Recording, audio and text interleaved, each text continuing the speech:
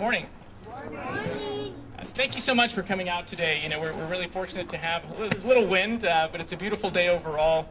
Thank you to the kids for being here, and thank you to the media for making the trek. I know it's often difficult to come all the way from the west side, where most of their stations are located, all the way here to San Eli, but we really appreciate it. This is a very historic day, a very proud day for the people of El Paso County, particularly for the people here in San Eli. We're very fortunate to live in a community that is very rich in history. San Elizario was actually the first county seat for El Paso County back in 1850. One of the important functions of the county and that we have here as county commissioners is the administration of justice, and that's still true today. In the courthouse, we're fortunate to have a very beautiful modern building. We maintain the budgets for all the courts, all the judges, the criminal court, civil courts. And if you'll notice, right next to the county courthouse, we have our county jail. Well, back in 1850 and 1853, it was very similar. The site right behind us here at the Adobe Horseshoe was actually the site of the original county courthouse. Right next to it was the site of the county jail. So we're fortunate to still have this jail in our inventory. We're still responsible for maintaining it. But it's a great landmark. San Elizario, again, is a community that's very, very rich in history. This weekend, we're going to be celebrating the first Thanksgiving, which commemorates Don Juan de Oñate's feast that he celebrated back in 1598 that he had with the natives. To put that in perspective, that event took place 200 years before the Constitution took effect. 200 years before the Constitution took effect. To put that in more perspective, it wasn't until about 2 decades after that that there was what most people consider as the first Thanksgiving that took place in Plymouth Rock. Harvard University, which is the oldest university in the country, was founded in 1631, some 4 decades after the first Thanksgiving took place here in San Elizario. That's the kind of history it is that we have here in this community and here in this county. And today, the restoration of the jail is just one part of that, and one part of the revitalization efforts that have taken place here in San Elizario. For the media that's present here, I know it's not often it is that you guys get to come here and check out what's going on. I strongly encourage you, not just to check out the jail, but to talk to some of the business owners who have really taken it upon themselves to revitalize this community. There's great art galleries, there's restaurants, and there's great local artists here who have lots of great work that they've put in over the years. They're the ones that have transformed this community. And so, I think it would make for great stories to see the local artists it is that we have here, because something that I have said as commissioner is that too often when we have friends and family who come into El Paso, where do we take them? We'll take them over to Mesilla, but we won't bring them here to San Eli. And that despite the great history and the great artists and the restaurants and food it is that we have here, I don't think El Pasoans embrace that enough. And so for the media and for the public that's here, let's take that upon all of us to bring our friends and family, invite more people here to come see the good work it is that's taking place here, because the story of San Elizario is a great one, and the revitalization efforts that are taking place here are really phenomenal. The jail here that we're about to reopen has been closed to the public for more than a decade. It's been closed for about 11 years. So this is really the first time that the public is going to have access to see the renovations. It was an active jail from about 1853 up to about the 1940s. In 1970, it was abandoned for some time. There were many efforts to revitalize it. There were some hiccups on the road, but the revitalization efforts never really fully materialized.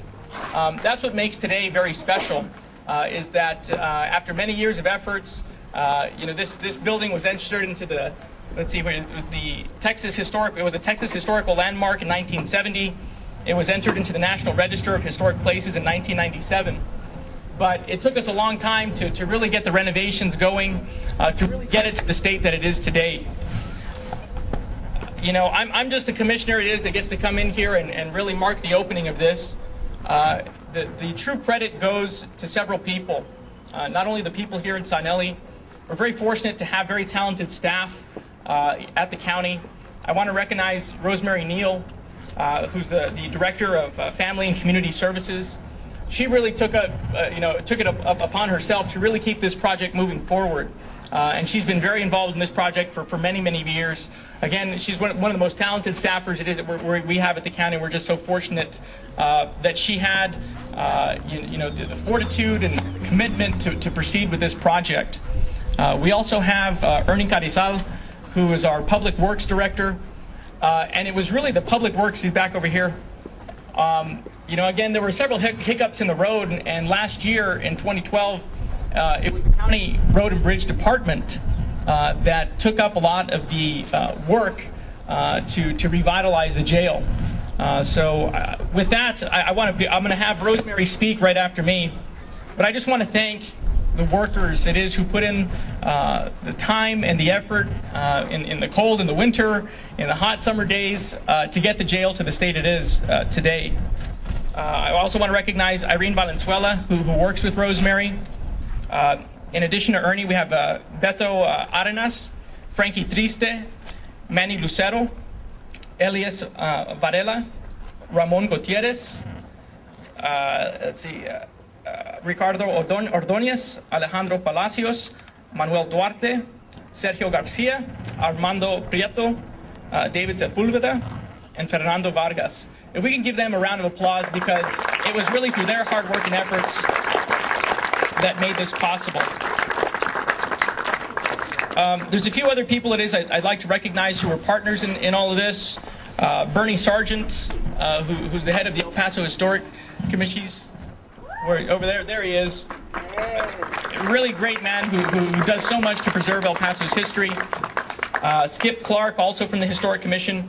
Al Borrego, who has done so much for this community in San Elizario and revitalizing San Eli, investing lots of his own time, his own money to get San Eli where it is today. We also have individuals like Mr. Gaspar Enriquez, who's also done a lot to revitalize this community. Again, the residents of San Eli have really done a lot. I'd also like to recognize Angelica Lewis from Representative Naomi Gonzalez's office, Gary Williams from the El Paso Community Foundation. We're fortunate to have Fred Dalvin. Where is he? Who was one of the architects who worked on the project. He donated a lot of his time and effort to this project, and we're really grateful to him and for all the work it is that he put into this. Ernie told me to recognize the Sheriff's Department, who lent us a lot of their materials. This was really a county effort where a lot of this work was done in-house, and the Sheriff's Department was really instrumental in that. Again, but as I talked about the rich history it is that we have here, something that my office is going to work on for the 4 years it is that we're in office, is that we're going to do our best to make our mission trail part of the National Park Service. We have the oldest active missions in the United States. Judge Escobar and I recently traveled to San Antonio to take a look at their missions. I was always under the impression that the missions there were inactive because they're part of the National Park Service. Well, we were wrong. They're actually active parishes. They're not the oldest active parishes in the United States because those are the missions here that we have here in El Paso. But yet they have a partnership with the National Park Service. I think achieving that partnership with the National Park Service will really make our missions the crown jewels that they really are, and really make this a national destination it is that it deserves to be. So that's something it is that we're going to be committed to, and I hope it is that we continue to work together, establishing partnerships to make that reality.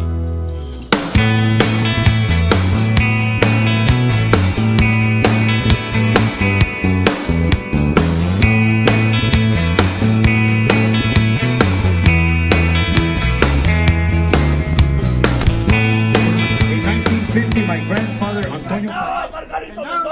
Like you understand that? So you don't talk to me, segura that way, huh? You're gonna have to buy moves out of this town. How about if we take care of this right now, huh? He's not man enough to take care of nothing. You understand that?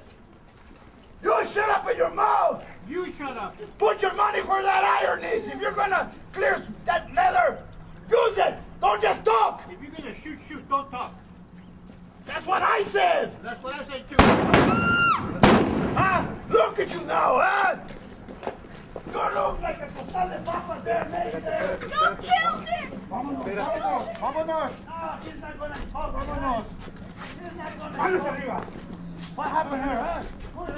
What's going on here, huh? Who are you? I'm the sheriff. What do you mean, who I am?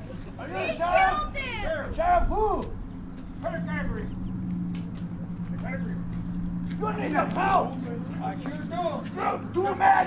Hold it. Hold it. Hold it right here.